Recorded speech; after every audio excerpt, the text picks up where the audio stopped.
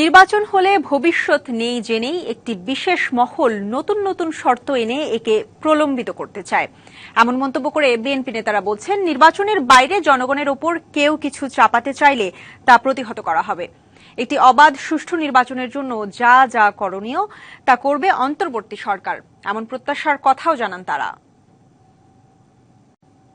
রবিবার সকালে সন্ত্রাস ও বিশৃঙ্খলা সৃষ্টির মাধ্যমে গণতান্ত্রিক যাত্রাকে বাধাগ্রস্ত করার অপচেষ্টার প্রতিবাদে জাতীয় প্রেস ক্লাবের সামনে সমাবেশের আয়োজন করে জাতীয়তাবাদী লেখক ফোরাম। এতে অংশ নিয়ে বিএনপি চেয়ারপারসনের উপদেষ্টা আব্দুস সালাম অভিযোগ করেন, মুক্তিযুদ্ধ বিরোধী শক্তি আবার আন্দোলনের কথা বলে নির্বাচনকে প্রশ্নবিদ্ধ করতে চায়। তাদের উপর ভর করে আবার সেই আওয়ামী শক্তি বাংলাদেশে ফিরে এসেছিল, আন্দোলনের কথা বলে নির্বাচনকে দেরিতে নিয়ে যে আবার সেই শক্তিকে মজবুত করছে কিনা, তাদের ফিরে আসার পথ করে দিচ্ছে কিনা।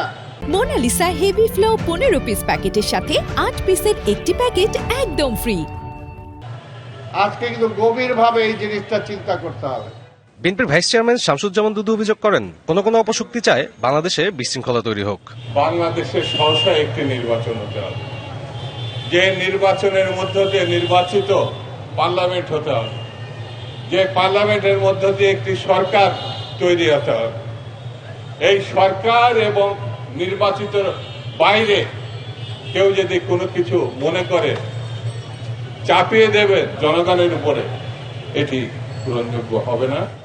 দলটির নেতারা আরো অভিযোগ করেন, একটি রাজনৈতিক দল চায় তাদের পছন্দ মতো সরকার বসতে হবে। এ আশা অলীক কল্পনা মাত্র। মহল বিশেষ মনে করছে নির্বাচন হলে তাদের কোনো ভবিষ্যৎ নাই। সাব্বির রোজ, ডিবিসি নিউজ, ঢাকা।